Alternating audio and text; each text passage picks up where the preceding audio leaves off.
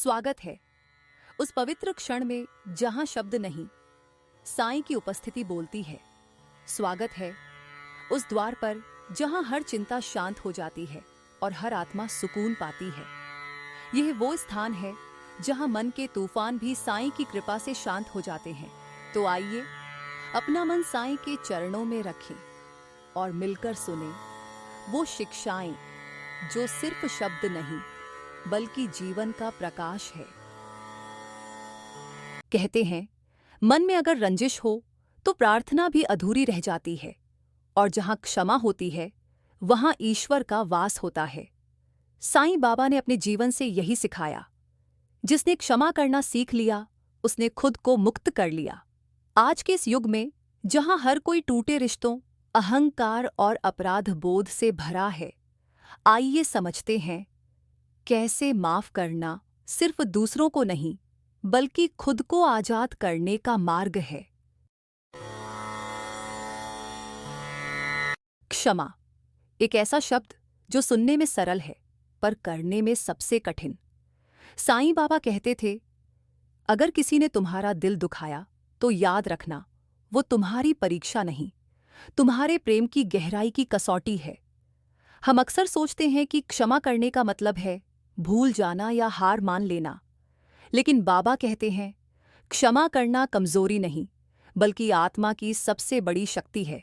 जब हम किसी को माफ करते हैं तो हम उसका नहीं, अपने हृदय का बोझ उतारते हैं, क्योंकि क्रोध, रंजिश और बदले की भावना धीरे धीरे हमारी आत्मा को बांध लेती है। क्षमा उस बंधन को तोड़ती है और भीतर की रोशनी को फिर से जगाती है।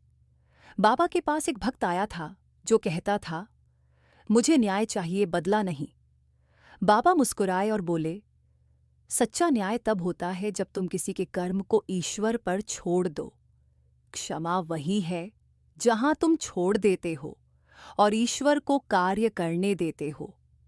जब तुम किसी को माफ करते हो तो तुम अपने भीतर के भगवान को सक्रिय करते हो, और वही सच्ची भक्ति है। मुक्ति वो अवस्था जहां आत्मा हल्की हो जाती है, जहां मन में कोई बोझ नहीं रहता। साईं बाबा कहते थे, जिसने दूसरों को माफ किया वो खुद अपने पापों से मुक्त हुआ। मुक्ति का मतलब मृत्यु के बाद की आजादी नहीं बल्कि हर दिन शांति का अनुभव है। जब हम किसी के लिए क्रोध, नफरत या अपराध बोध रखते हैं तो वो भावनाएं हमें बांध लेती हैं, पर जब हम छोड़ देते हैं तो आत्मा खुलकर सांस लेती है। क्षमा और मुक्ति दो अलग शब्द हैं पर एक ही अर्थ रखते हैं, क्योंकि हर क्षमा का अंत मुक्ति में होता है। कभी कभी माफ करना सामने वाले के लिए नहीं बल्कि अपने भीतर के दर्द को शांत करने के लिए जरूरी होता है।